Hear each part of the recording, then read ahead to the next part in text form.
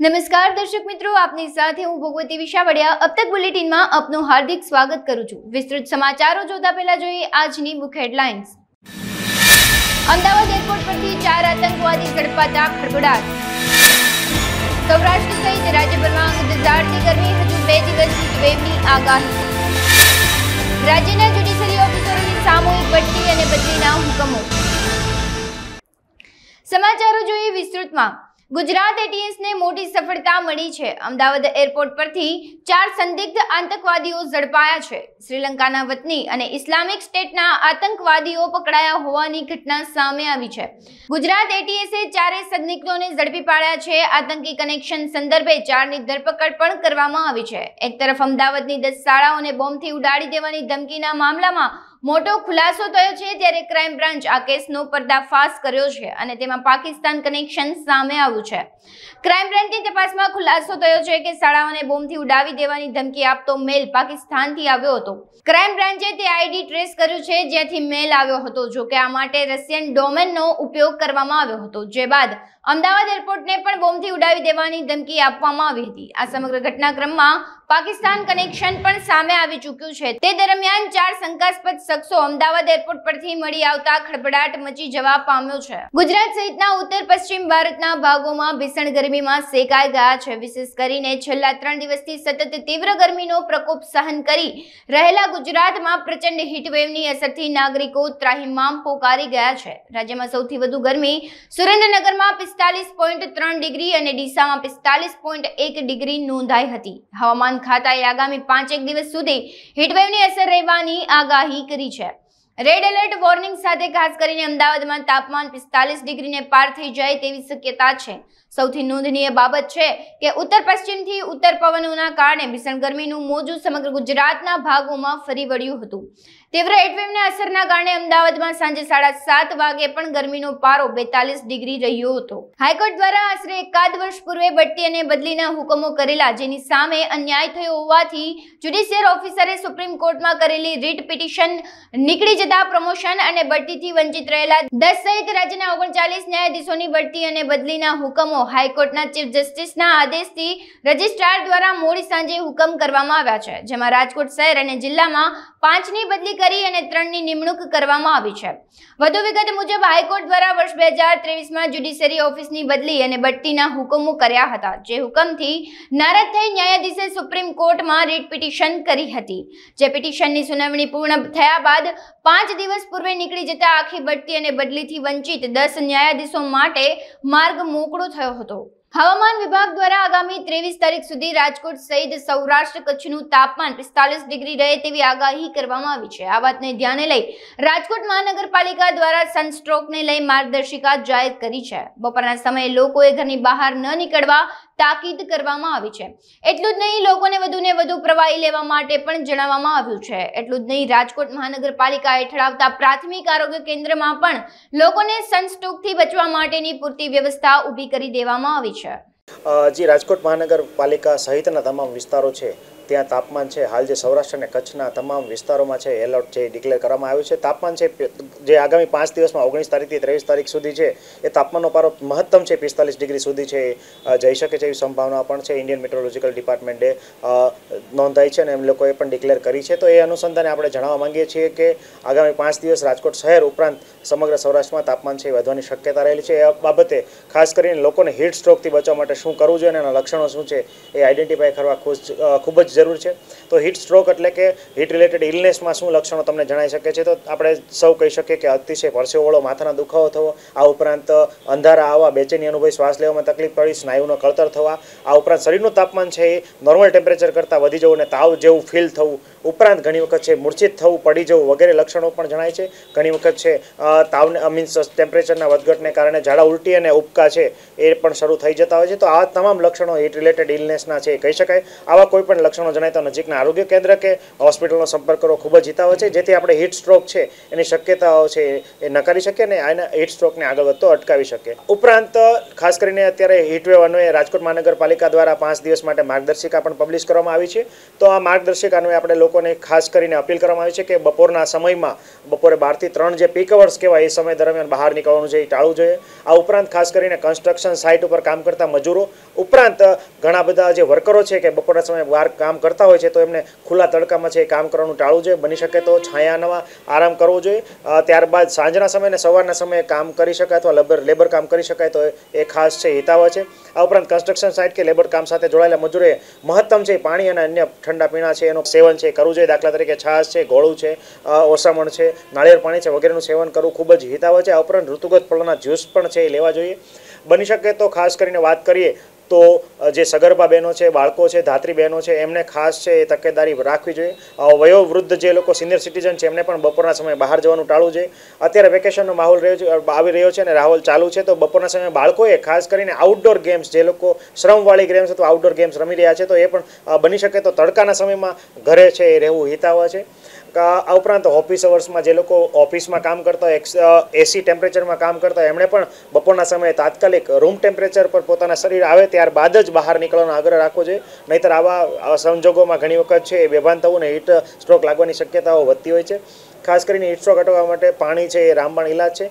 તમારા શરીરની અંદર પાણીની માત્રા છે જાળવવા માટે દર કલાકે ઓછામાં ઓછું 200 ml એટલે કે ગ્લાસ જેટલું પાણી પીવું ખૂબ જ હિતાવહ છે જેથી તમારા શરીરમાં હાઇડ્રેશન છે મેન્ટેન રહે. આ ઉપરાંત બજારમાં મળતા ખૂબ જ ગળ્યા એટલે કે શુગર હાઈ લેવલ શુગર જે છે એવા ખૂબ જ ગળ્યા ઉપરાંત ઘણી વખત વાત કરીએ તો કાર્બોનેટેડ વોટર એટલે કે જે સોડા છે કાર્બોનેટેડ ગળી સોડા અથવા અન્ય ઠંડા પીણા છે એ પીવાનો આગ્રહ છે ઓછો કરવો જોઈએ. આ ઉપરાંત ઋતુગત જે બની શકે તો ફળો જે ઋતુમાં આવતા ફળો છે કેરીનો રસ કે અન્ય કોઈ પણ ફ્રૂટના જ્યુસ વગેરે પીવા જોઈએ કે જેથી તમે તમારા શરીરમાંથી હાઇડ્રેશન સાથે સાથે જે મિનરલ્સ છે એનું પ્રમાણ પણ જાળવી શકો. જે તમામ આરોગ્ય કેન્દ્ર છે ત્યાં દરેક મેડિકલ ઓફિસરને આ બાબતે હીટ સ્ટ્રોક બાબતે એલર્ટ છે ડિક્લેર કરવામાં આવ્યા છે.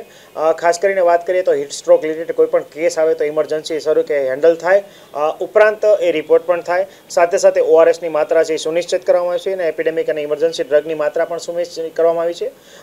પ્રાઇવેટ હોસ્પિટલો ઉપરાંત જે ગવર્મેન્ટ હોસ્પિટલો છે ત્યાં સ્ટેટની એડવાઇઝરી મુજબ છે ઓલરેડી આપણે PD હોસ્પિટલ અને PKS હોસ્પિટલમાં છે હીટ સ્ટ્રોક રિલેટેડ બેડની વ્યવસ્થા છે એ કરવામાં આવી છે જે આવકારદાયક પણ છે. હવામાન વિભાગ દ્વારા એક ખાસ આગાહી કરવામાં આવી છે કે આવનારા 3 થી 4 દિવસ રાજ્યનું જે તાપમાન છે તે 45 ડિગ્રી ઉપર પહોંચી શકે છે. રાજકોટ મહાનગરપાલિકા દ્વારા પણ માર્ગદર્શિકા જાહેર કરવામાં આવી છે અને કારણ કે આરોગ્ય વિભાગનું એવું પણ માનવું છે કે રાજકોટનું જે તાપમાન છે તે 23 મે સુધી 45 ડિગ્રી સુધી પહોંચે તો નવાઈ નહીં અને આ સમયગાળામાં જો 45 ડિગ્રી ઉપર તાપમાન પહોંચે તો લોકોએ બપોરના બહાર જવાનું ટાળવું જોઈએ અને જેટલું પ્રવાહી પી શકાય તેટલું પ્રવાહીનું સેવન કરવું જોઈએ.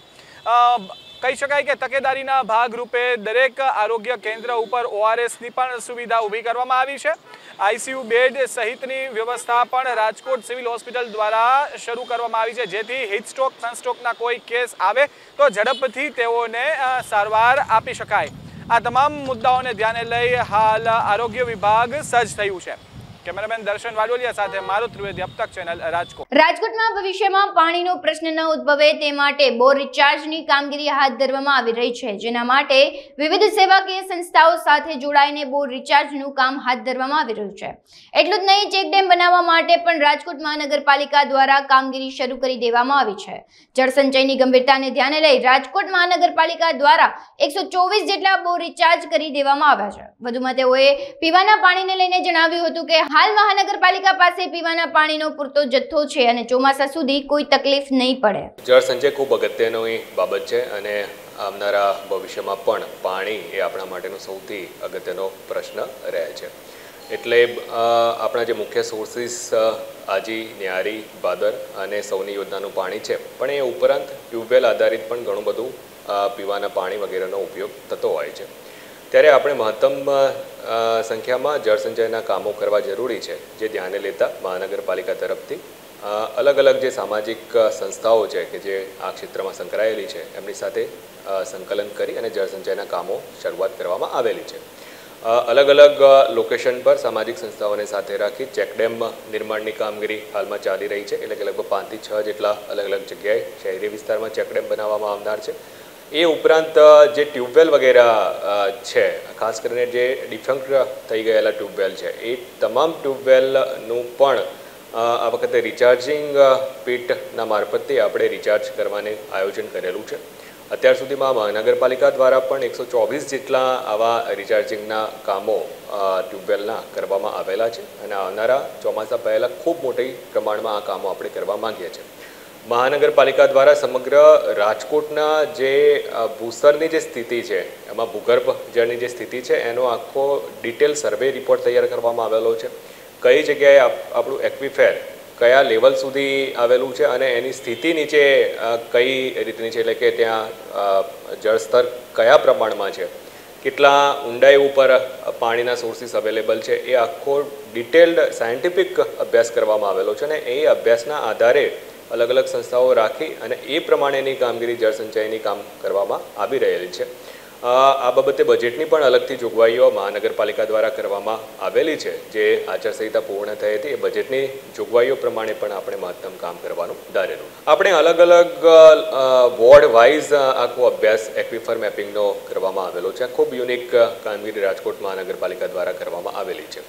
એટલે કે અલગ અલગ લોકેશન ઉપર અલગ અલગ લેવલનું પાણી આપણે જોઈ શકીએ છીએ. અમુક જગ્યાએ ખૂબ ઓછું પાણી આપણે ભૂગર્ભમાં આ અભ્યાસમાં આપણે મળેલું છે અને અમુક લોકેશન એવા છે કે જેમાં આપણે અત્યારથી કામગીરી કરવાની જરૂરિયાત છે કે જેથી કરીને ભવિષ્યમાં કોઈ મુશ્કેલી વિપરીત ઉપસ્થિત ન થાય.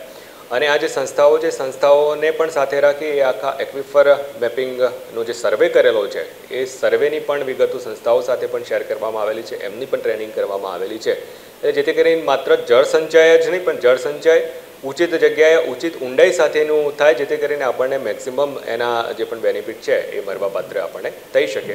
અને જે મહાનગરપાલિકાની જે સ્કીમ છે એ સ્કીમની પણ શરૂઆત આચારસંહિતા પૂર્ણ થયેથી તુરંત જ અમલવારી એની કરી લેવામાં આવશે. જો પીવાના પાણીની વાત કરીએ તો આગામી ચોમાસા સુધી પીવાના પાણી બાબતે જે પણ આપણું ડેઇલી રૂટીન છે એમાં કોઈ વિક્ષેપ પડવાની શક્યતાઓ નથી. આપણે પાસે પૂરતો પાણીનો જથ્થો અવેલેબલ છે. જે 4 સોર્સ છે, 4 સોર્સિસમાં આપણી પાસે પૂરતો જથ્થો અવેલેબલ છે, એટલે એ બાબતે કોઈ ચિંતા કરવાની જરૂરિયાત નથી. પરંતુ ભવિષ્ય આપણું ઉજ્જવળ રહે અને કેમ કે સતત શહેર વધતું જાય છે એટલે ને ધ્યાને લેતા અને ભૂગર્ભ જે જળ છે, જળનું જે રીતના આપણે દોહન કરતા હોઈએ છીએ એને ધ્યાને લેતા જળ સંચય કરવું ખૂબ જરૂરી છે. રાજકોટ મહાનગરપાલિકા અને રાજકોટની સામાજિક સંસ્થાઓ આ બાબતે પ્રતિબદ્ધ છે. એટલે પર્યાવરણીય બાબતો અને જળ સંચયની બાબતો પર ખૂબ સારું મોટું કામ આપણે એકમેકના સહયોગથી કરી રહ્યા છીએ. રાજકોટનો સૌથી જૂનામાં જૂનો સાંડિયો પુલનો બ્રિજ હવે બુધવારના રોજ વાહન ચાલકો માટે બંધ કરી દેવામાં આવશે.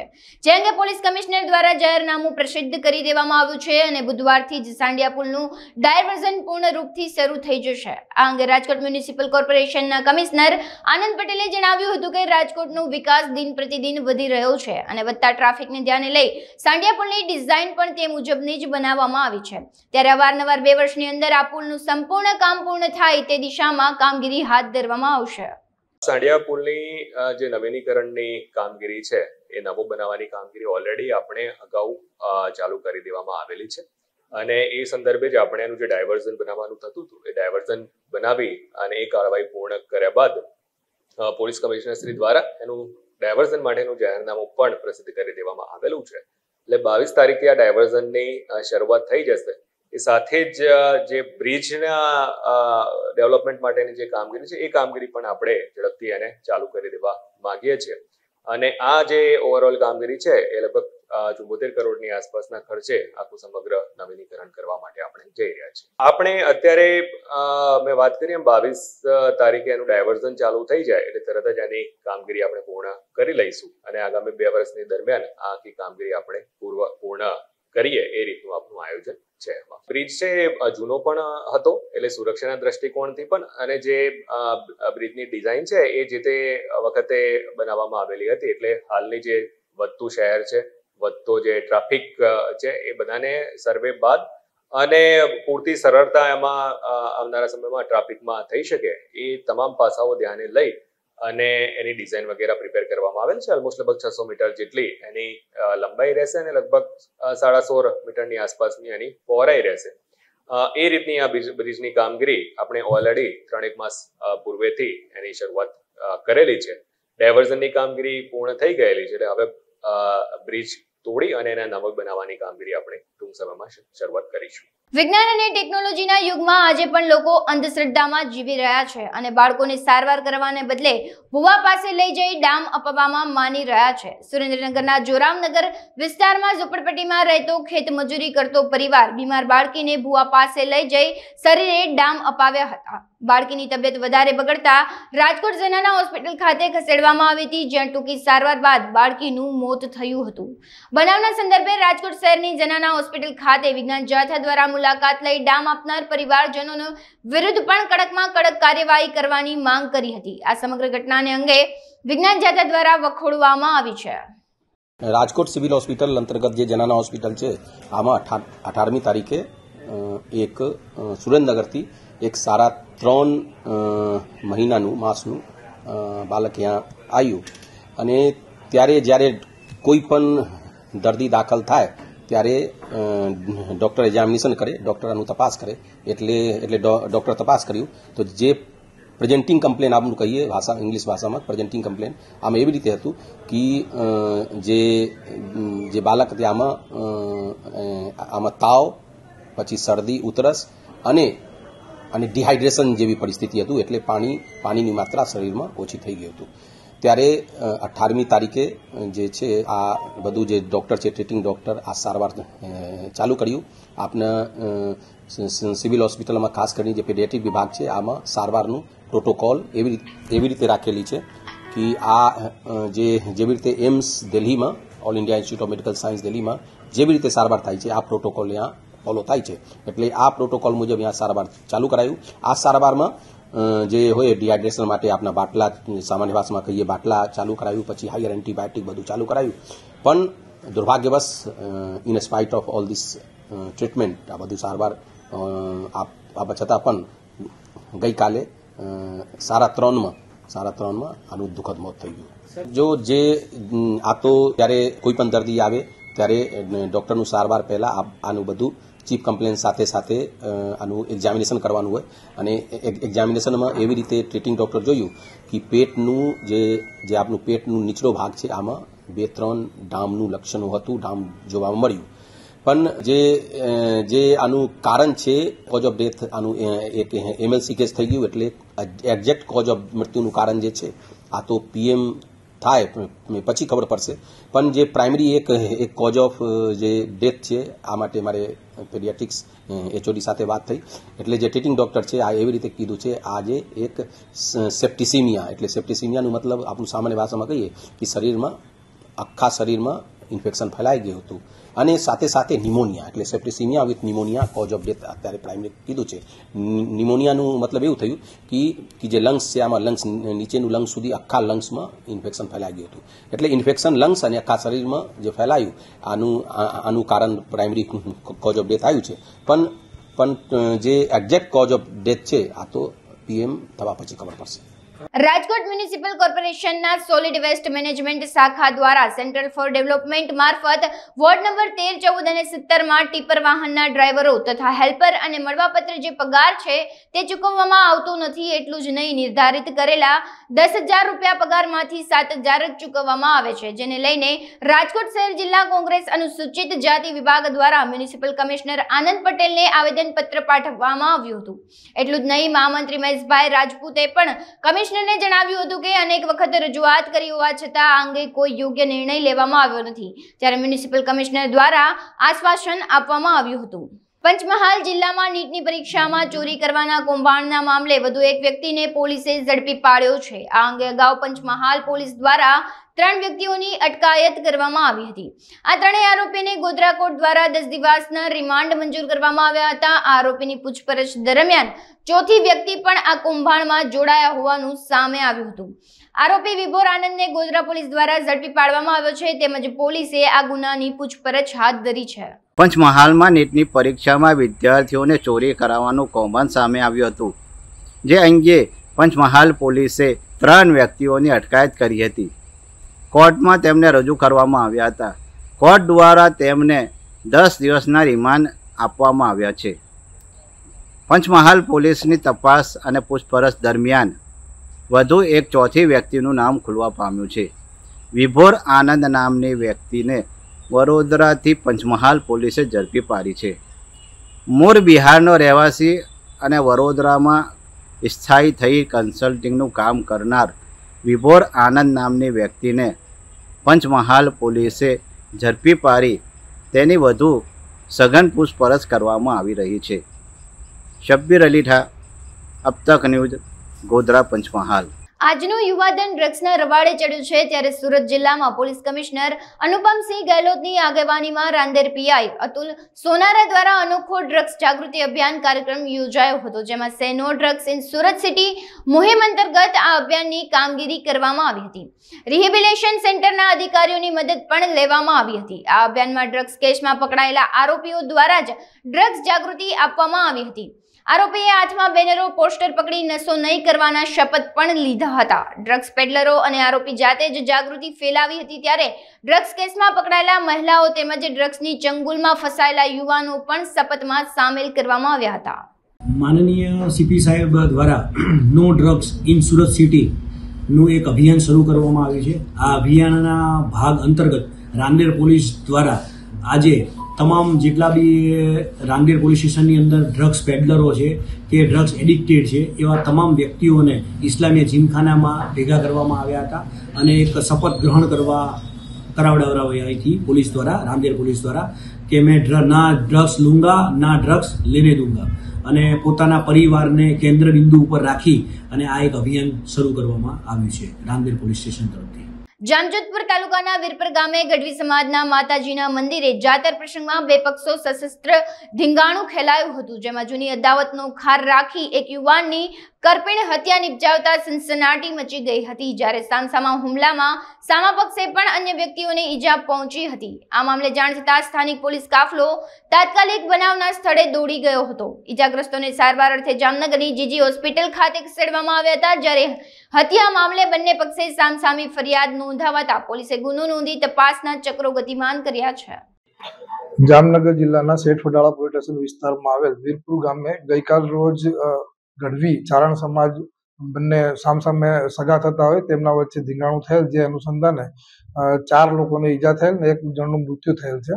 જેમાં મરણ જનાર છે એ વીરાભાઈ બાલાભાઈ ટાપરિયા, જેને મારનાર તેમના પોતાના સગા શાળા 2 અને કાકા સસરાના દીકરા એમ કહીને 4 જણા વિરુદ્ધમાં ગુનો દાખલ કરવામાં આવેલ છે. અને સામે પક્ષે પણ તેમના શાળા પૂનાભાઈ માંડલભાઈ વિરમને વાગતા તેમના સસરા દ્વારા ફરિયાદ કરવામાં આવેલ, તેમાં પણ સામે 4 જણ વિરુદ્ધમાં ગુનો દાખલ કરવામાં આવેલ છે. હકીકત જોતા એવી છે કે આ જે મરણ જનાર છે તેમના મેરેજ લાલપરના ગામના વિસાવદર તાલુકામાં આવેલ લાલપર ગામના માંડણભાઈની દીકરી સાથે મેરેજ થયેલ. એ દીકરીને 2 મહિના રાખી અને છેલ્લા 2 વર્ષથી તેડી ગયેલ નહીં હોય, જે બાબતની અદાવત રાખી અગાઉ પણ 498 મુજબ ગુનો દાખલ થયેલ છે. અને એ અનુસંધાને વિસાવદર ખાતે મારામારીનો પણ ગુનો 1 દાખલ થયેલ છે. અને ગઈકાલ રોજ આ સામે આવી જતા આ બનાવ બનેલ છે, જેમાં 1નું મૃત્યુ થયેલ છે અને 3 જણને ઈજા થયેલ છે. આ છે તો માતાજીનો માંડવો છોકરાઓનો કરવામાં આવે છે, જે અહીંયા વીરપુર ખાતે મંદિર ખાતે રાખવામાં આવેલ બુવાજીએ.